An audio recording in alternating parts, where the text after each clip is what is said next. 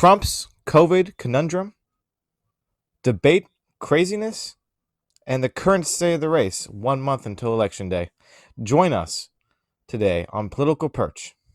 Hey guys, and welcome to the Political Perch Podcast, a bi-weekly podcast that talks about current events, politics, presidents, history, and anything that is plaguing the United States of America. Join us. Hey guys, welcome back to the Political Perch Podcast. I am your host, Andy, today joined by Ashton over on the other side. Ashton, it's been a crazy week, which is weird. Guys, you can kind of tell that we're back a week instead of 2 weeks. So we're going to be switching now to a weekly podcast up until Election Day due to it feels like every single day something new is dropped, especially now with, how October likes to get those October surprises. So we're going to be switching to a weekly format now. Every single Tuesday, we'll be getting a new podcast out starting today. So, guys, let's go ahead and jump right into our first topic of discussion, and that has to be the Trump COVID situation. He tweeted on Friday morning after a leak saying Hope Hicks tested positive. The Supreme Court Rose Garden event, which was a heavily dense of non-social distancing with almost no mask. You know how Trump's administration likes to do that, is believed to be a super spreader event. You have tons of people testing positive, including governors like Chris Christie, Melania Trump, and now you have obviously the president tested positive for COVID. Late Friday night, he was flown to Walter Reed, the hospital very known for many high officials in the government. He has so far been treated with an experimental drug cocktail injection and antiviral medication. After both, he and First Lady Melania Trump tested positive for COVID-19. Midday Sunday, however, Trump decided to drive around the hospital in a motorcade to show a sign of strength. And he left the hospital on Monday. Ashton, knowing everything that's gone down with this, COVID conundrum is what I call it for Trump.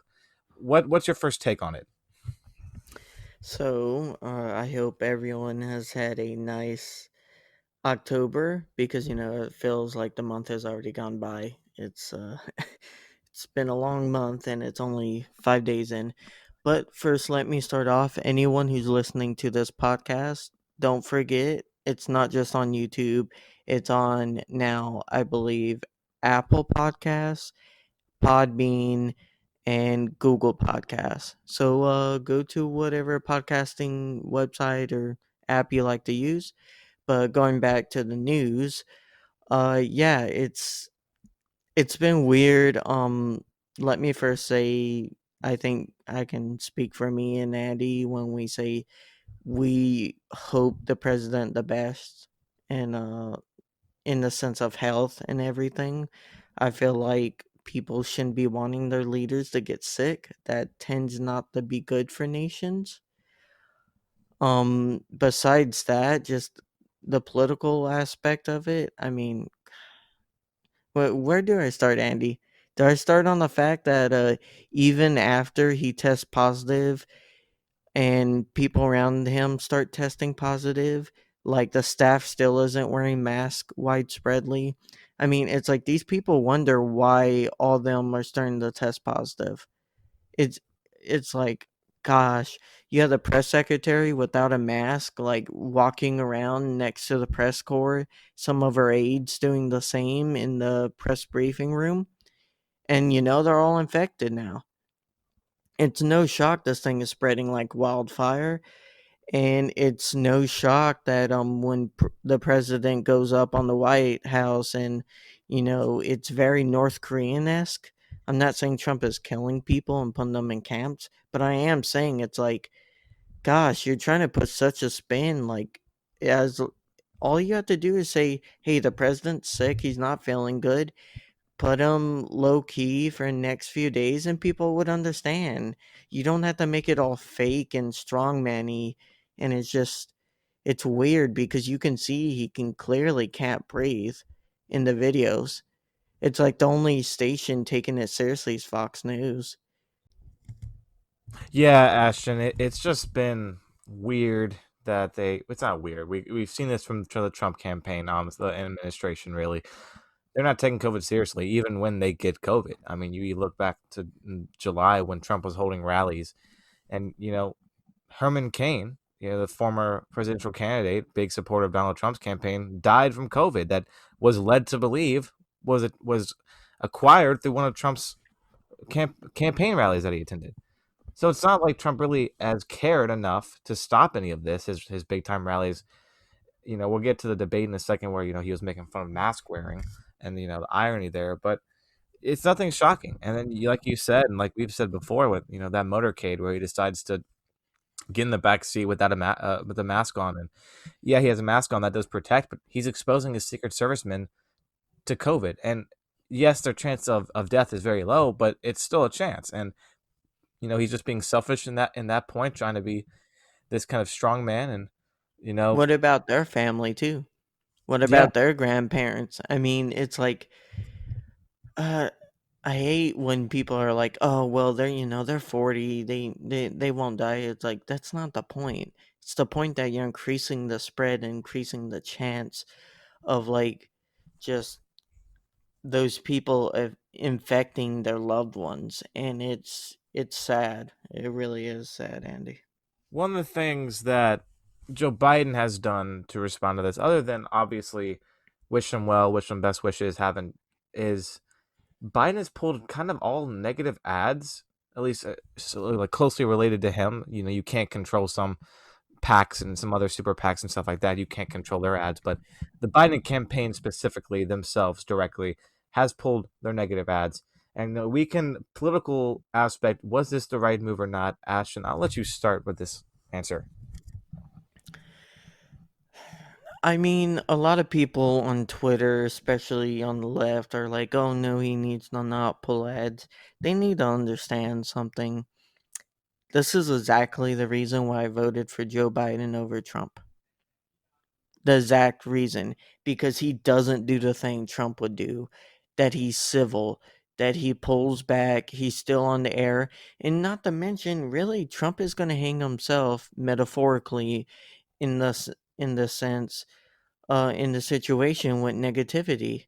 I mean, the more he just rails at Joe Biden, I mean, I saw Trump campaign aides just mocking Joe Biden for not getting the virus. It's like it's insane. It really is. I mean, I'm gonna try to pull this up for everyone. Real quick, Ashton, I will put my kind of opinion out here too on the matter. Is I think it's the right move for Joe. I agree with you. Like you said, Joe has always been his whole campaign strategy is to be the civil candidate, to be the more civil guy, the better choice when it comes to the two. So, him not go and attacking the president during a time of honestly one of the lowest points of his life, getting a disease that is potentially life threatening, especially at his age group and his health group. So, I think it's the right move for Biden. It shows that he's civil. And, like you said, you look at back in 2016 when, Hillary only got pneumonia and Trump was going attacking her about, oh, she's sick. She can't handle the job. So it just shows that one step, every step of the road, Biden has, taken the high road, taken the high ground, and Trump always goes for the low blow. hmm Andy, I'm gonna go ahead and play for us and our audience a clip that I'm pretty sure most people won't be surprised to hear. Today gets back out on the campaign trail. Will we see changed messaging when it comes to the coronavirus, and will it move more to a forefront of the president's messagings and key issues? Well, firsthand experience is always going to change how someone relates to something that's been happening. The president has coronavirus right now. He is battling it head on as toughly as only President Trump can. And listen, that of course that's going to change the way that he speaks of it, because it'll be a firsthand experience. But that experience of not only coronavirus but being president of the United States, that's why you just see a different tone overall from him. But it's been law and order. He has the firsthand experience of being. Sorry, I'm running out of time. But it's been law and order, Yeah. and it's been the economy. Does this become a key issue And for he's your talked campaign? about coronavirus as well. He's talked about it all. And listen, he has experience as commander in chief. He has experience as a businessman. He has experience now fighting the coronavirus as an individual. Those firsthand experiences, Joe Biden, he doesn't have those. He doesn't. Andy, what's your reaction to that clip. It shows the desperation out of the Trump campaign. Honestly, if you are so far behind that you're trying to say, "Oh, don't vote for Biden because he didn't survive the coronavirus. He can't handle it. He doesn't have experience with a disease that's for the most part kind of preventable." It's shocking the things that are said. I mean, it's not really even shocking anymore. And that's the sad part, is that we're just getting desensitized to the craziness and the unpresidentialness out of Donald Trump. Like when he went out and said, "Don't be afraid of COVID. Don't let it dominate your life." Now, I understand, you shouldn't be this deadly afraid of the disease, but what Trump's trying to do is very irresponsible because it's just encouraging people not to wear a mask. Hmm. Yeah, we'll go into the political more ramifications like the polls and stuff like that in our third segment. So, Andy, you want to go ahead and go into the second segment where we talk about the other big event, or the thing I think me and you thought would be the headliner. And of course, you should never think that with Trump, because every time we do this podcast, by the time we're done, something that would end another administration happens like 5 times that night. So, Andy, Yeah, yeah. let's talk about the debate. And I know we posted a video about it, so we're not going to go too deep into it again, not try to rehash it, but let's talk about that dumpster fire. Um, After you let it marinate a little bit more, do you have any did your opinion change on it? Is it the same, or is it like a little bit more in the other direction? How are you still feeling about it? So our original grades, and I'm gonna kind of spoil it a little bit, but still go check out that video on our YouTube channel, the Mr. R Show. Go check that out. But we graded both the candidates. Ashton gave Trump an F. I gave him a D plus, and then for Biden, we both gave him about a B plus, B minus range. After letting it marinate, bake, and cook for about almost a week, my thoughts are somewhat similar, but I think Biden did a little bit worse. But let me preface by saying both candidates did not win the debate. No candidate won the debate. But Trump definitely lost the debate. The way he was acting, the things he was saying, not knowing his own candidate, who he was talking about. He made a statement trying to attack Biden during the debate, where he was trying to say that Biden called African American super predators, which in fact was not Biden. It was Hillary Clinton. So it shows, he got confused there. He had a gaffe, just like Biden does. So Trump's not immune to that. He was making fun of Biden about wearing the biggest mask he's ever seen, which didn't really make sense. He's talking about the government trying to take our cows. Just some weird stuff coming out of the Trump campaign, which he needed a good debate performance to try to get those undecided voters. And honestly, with debates, you're not going to get too many voters one way or the other. But Trump definitely lost the debate, and that hurts him at least by a point or two against Joe Biden. Yeah, I mean, just to reiterate what I said, I think it's fine if people don't think Joe Biden didn't have a great debate. I don't think he had a great debate personally. My only thing is, like, how good of a debate can anyone have given the circumstance of how his opponent was acting? Like, there's only so much you can do when you're getting constantly interrupted. Like, you can't go on a monologue, you can't get in rhythm, you can't, put out with energy the things you want to say, because you're constantly getting interrupted by a guy acting like a jerk. And you can only do so good in that circumstance, especially someone older like Biden. I mean, he could have used a little bit more quips. I'm personally sassy, so it's like I'm always thinking about how I would respond in the moment. But then again, I think given his situation, he did what he had to. I mean, he didn't have to do anything more, because guess what? He's winning. He doesn't have to make up ground. All he has to do is keep it. If he Yeah. gets extra ground, that's just bonus. That's cherries on top of the ice cream for him. I mean, he doesn't need more. And Trump basically just kept on pouring gasoline all over himself, lighting himself on fire, running at Biden, hoping Biden would catch on flame too. Yeah, I agree, Ashton. I feel like the debate prep from the Trump administration and the Trump campaign really didn't make sense. It's kind of like they had like 5 or 6 or 7 different kind of attack points, and they were like throwing things against the wall, hoping something would stick. And maybe 1 or 2 or 3 of those attacks might have, got a blow in, but there's 3 or 4 other ones that make no sense and makes you look kind of dumb in the moment. And like we've said, Biden, did enough where he kind of all he had to do was not mess up, and he really did not mess up during the debate. Well, this should tell people something. You brought up debate prep. Do you know who debate prepped him? I do not. It was Chris Christie. Do Oh you no. know Oh no. Chris Christie's only good debate was in right before New Hampshire in 2016, where he suicide bombed basically Marco Rubio. He effectively ended Marco Rubio's campaign. That is true, but he also lost his own race after that, and he bombed in the polls after the way he acted. So, you know, it's not surprising he took debate prep from someone like Chris Christie, who arguably just suicide bombed. And I don't see how trying to do that to another person when it's a one-on-one race really benefits you. But, it's not shocking. And let's go ahead and move on into the state of the race, because I think this is directly related to it, in the sense that his performance started what a lot of insiders said were, and by insiders, I'm not making this up, I don't have connections, it's going through people like Rick Wilson and stuff like that. He says that some of the insiders in the Republican Party said after that debate, the bottom started to drop.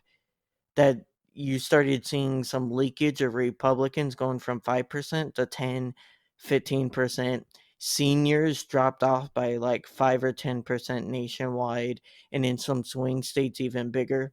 And that's been compounded after his diagnosis. So it's interesting to see these polls and how it's affected. Now, we do have the VP debate on Wednesday. Andy, do you really expect that to change anything? Because me personally, No. I don't No. think that will change anything. VP debates never do, honestly. They're Yeah. just kind of a wedge between the 2 presidential debates just to give more time to prepare. It's kind of a, people will turn in, see the VP, but it doesn't matter.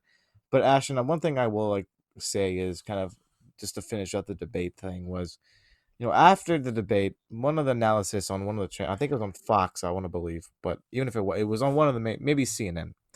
But Rick Santorum, you should know that name, former Republican presidential candidate, didn't do much, but you know, famous in his own right for being that kind of Republican man. Rick Santorum basically said that Trump had a really bad debate and was calling him out on it, and kind of it didn't really make sense.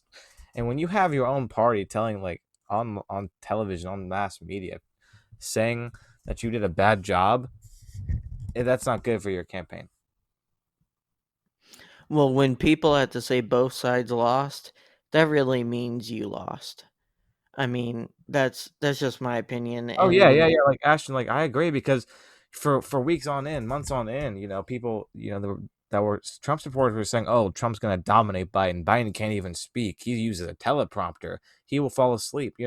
They were just making fun of him, saying he's going to get destroyed in the debate. And when you get to the debate and it's basically a tie, that's bad. Trump is a good debater, or at least average debater. He beat Hillary Clinton in most of the debates in 2016. If he ties with Joe Biden, that is not good for him. well, I wouldn't characterize what happened as a tie performance-wise. Trump never even talked about policy. Biden at least made points. He may have not been the most persuasive or on point, but he was at least attempting to debate. Trump never even showed up to debate. He just kept on interrupting. So I won't say it's a tie. Biden did better. He didn't do good. If he was debating a George Bush, he would have lost. If he was debating a McCain, he would have lost, or a Romney. But he's not. He's debating a guy who just sat around lighting himself on fire and running into the wall. So, Andy, let's go through.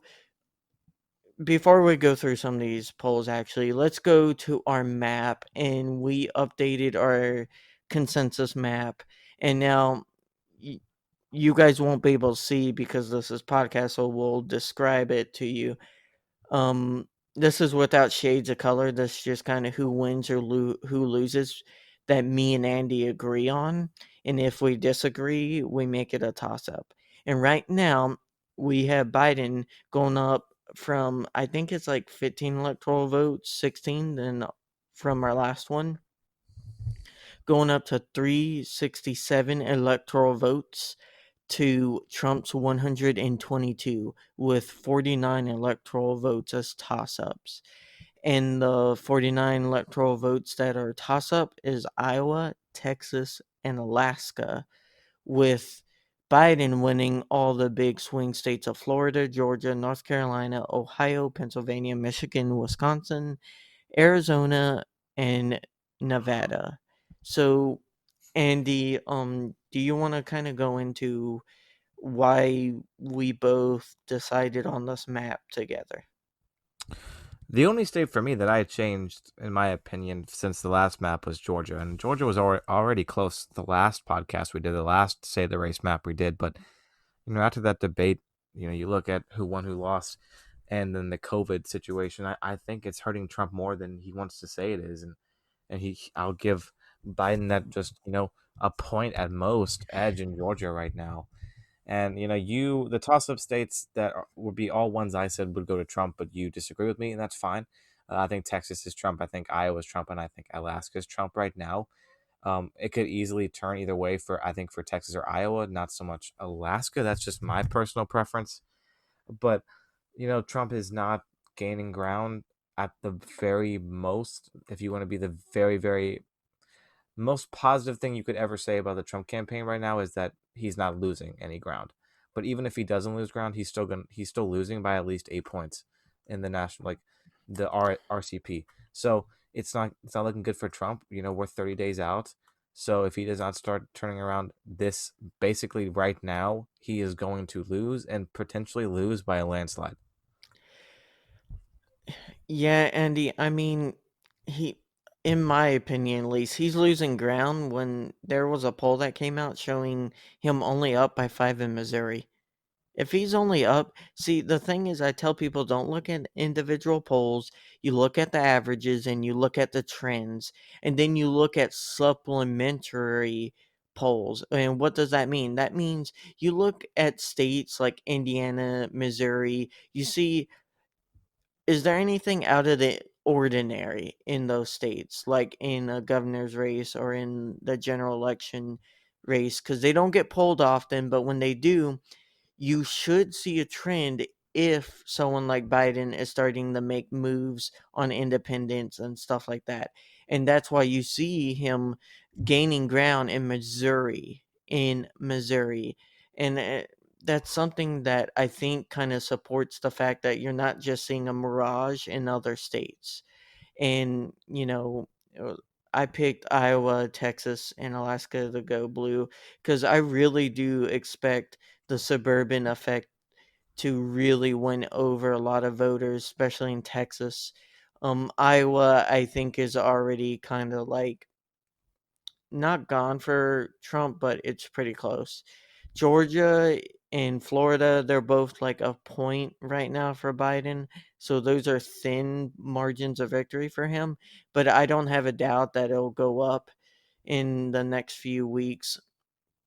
Really, the only thing that could affect something is something like Biden saying something really, really stupid next to debates, or like collapsing on stage or something insane. But besides that, this race has been solid.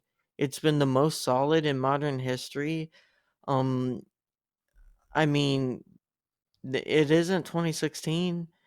The graphs aren't going up and down. I mean, at this point, Hillary led by like 5 points, but that lasted like a few days, and Biden's 8-point lead has lasted since March, really. And it's just consistent, and people, there are a lot less undecideds, and I think it's around 6-7% undecided right now versus the 12-13% from 2016. So you have a lot less people to kind of swing the election in your favor. If Biden's hitting 50 and Trump's at, like, let's say 42, and the undecided split evenly, um Biden still wins by 5, 6, 7, 8 points. That's not a good situation to be in as the incumbent. 100%, Ashton. I mean, Trump's in a very bad place right now. And back to your point when you were like, if unless Biden says something stupid, he's gonna win. Honestly, even if he says something stupid, it's not gonna change much. I mean, you look at everything Trump said, right? Like we've had 4 years of a guy who has said and has done things that any other normal presidency he would have been long gone by now. I mean, it's just the truth of it. The things he does on a weekly basis are almost enough to get him impeached and kicked out. But we don't live in that world anymore. And not only is Trumpism affecting his own administration, you look at some other, the close Senate races around around the country that are Republicans facing Democrats. And I always bring this one up because it's the one near and dear to my heart. The South Carolina Senate race between Jamie Harrison and Lindsey Graham. Me and you, Ashton, actually watched the SC Senate debate Saturday night. And, you look at the debate, Graham was trying to be just like Trump and kind of model after him. But Harrison was a lot more composed and a lot better than Biden at debating. And he kicked the crap out of Graham, just down his teeth. And, you look at some of these, polls, most recent ones are from October 1st. You have Graham up by 1. You have Harrison and Graham tied on September 30th. And September 27th, you have Harrison up by 2. I'm not going to say how good these polls are, but either way, it's basically a 50-50 race at this point. And that is in effect because of the Trumpism that's taking over this country. And, there's really just not a path for Trump to win. It would be very shocking. And, you look at the debate, and when, Chris Wallace asked the question about, would you accept the results? Trump very much positioned himself in a way that if he wins, he'll say it was a fair election. But if he loses, he'll call it some kind of voter fraud and try to weasel his way in office. Well, I mean, going back to the SC Senate race, I fully believe Graham is going to lose now. That's with or without Biden winning the state. I think one of the reasons why Biden will have a chance at winning the state is because of Harrison, because Harrison's going to boost African American turnout. I 100% believe that. And it may not be enough to win the state for Biden, but I think it'll be enough split ticket voters to get Harrison elected, because a lot of people not from the state don't realize how much his image has been negatively affected these last 3 years within the state, and he has been heavily hit by just changing positions, just not seeming like the same guy he was years ago. And the state has lost. I feel like the people in the state felt like he's lost touch with them, and Jamie Harrison is a legitimately great candidate for the state. So I fully expect him Yeah, to I win mean, that Senate race. one more thing I'll touch on this is, last time, 2014, when Graham was, running for re-election, he won 55.3% to 38.8. So it was a domination win last time. It's not like that anymore. I voted for him that election. It's just over time, this state has kind of just felt that he is, and really has lied to him and has changed in office. And you look at what the nail on the coffin, if you will, was definitely when he voted to confirm Barrett, or what was pushing to get them to confirm Coney Barrett, because there is no way around it. His words are what his words are, and he broke his promise to the Republican Party, to his constituents, and that's going to cost him, honestly, I believe, his Senate seat. Mm-hmm. That's when you decided that you were gonna vote for Harrison, right? I was pretty much going to vote for Harrison. I wouldn't say I was probably gonna vote Harrison regardless, but that just completely sealed it. Mm-hmm. Yeah, Andy. The state of the race is definitely. It's hard for me to see a situation where Trump comes back. It's like theoretically it could happen, but I'm gonna be honest. Like Biden's lead is like 3 or 4 points more solid than Hillary's. He is doing a lot better in Pennsylvania, Michigan, and Wisconsin than Hillary did. More consistent leads in those states.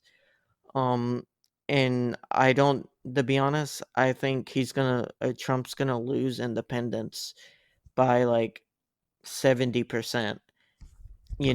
And I don't think it'll be an issue on election day. I really do think Biden's going to win Florida by 3 or 4%. That's enough to have it called. Um, hey, I may be wrong, and I'll admit when I'm wrong, but I think Biden's going to win Florida and Ohio pretty early, and after that, it's going to be a sealed deal. I mean, Trump can't contest the election when he loses by 400 electoral votes. It's just not possible. I mean, at that point, you just try to admit National. defeat. We have a president that we can never say the word impossible with, and you know that better than anyone. I'm not saying he would, but if any other president in the history would have try to find a way to keep power and become authoritarian, it would be Donald Trump. I'll say this. I meant it more credibly. Credibly try to just like say that the election was rigged when you lose by 400 electoral votes. I think he's going to lose the day of vote share. And 70% of his vote is going to come from that. And Biden's going to get mostly mail-in votes. Not mostly, probably 50-50. But that 50-50 will still be enough to overcome on election day Trump's, like, a lot of analysts are expecting it to be like looking like Trump's winning early on, then the mail-in ballots come in and Democrats kind of slowly gain. No, I think Biden and Trump will be neck and neck until the mail-in ballots come in, and then it's just going to be a tsunami, and it's going to be bad. And you'll be able to tell that because, like I said last podcast, pay attention to Florida and Ohio. They both pre-count, and not pre-count, but pre-process their ballots. They will have 90% of their votes counted by like 1 a.m. So they'll be able to make a call as long as it's definitive. It could not be, and if it's not, then expect a long election. I'll say that. But if it is, then you can rest assured Biden has it in the bag. Because if Yeah, Biden wins Ohio, that means he won Pennsylvania, Michigan, and Wisconsin. Though that's slam dunk. And if Biden wins Florida, that means he's won Arizona, possibly North Carolina. It's a little bit less indicative, and he's going to do good in Georgia and Texas. So it's like one of those things where, and plus electorally, it's almost impossible for Trump to win without both those states or clear, even one. clearly Biden's path to presidency is completely wide open, while Trump's is very narrow, and it's just growing closer and closer as the days go on. But guys, thank you for joining us now as we switch this podcast to a Tuesday by Tuesday, week by week format, just because of, it's October, the election is in 4 weeks. It's crazy to think about that. This year's going by fast. But guys, if you're not registered to vote, I know the deadline is very, very soon, if not already passed. So please go register to vote. Go out and vote. The only way we make change one way or the other is to vote.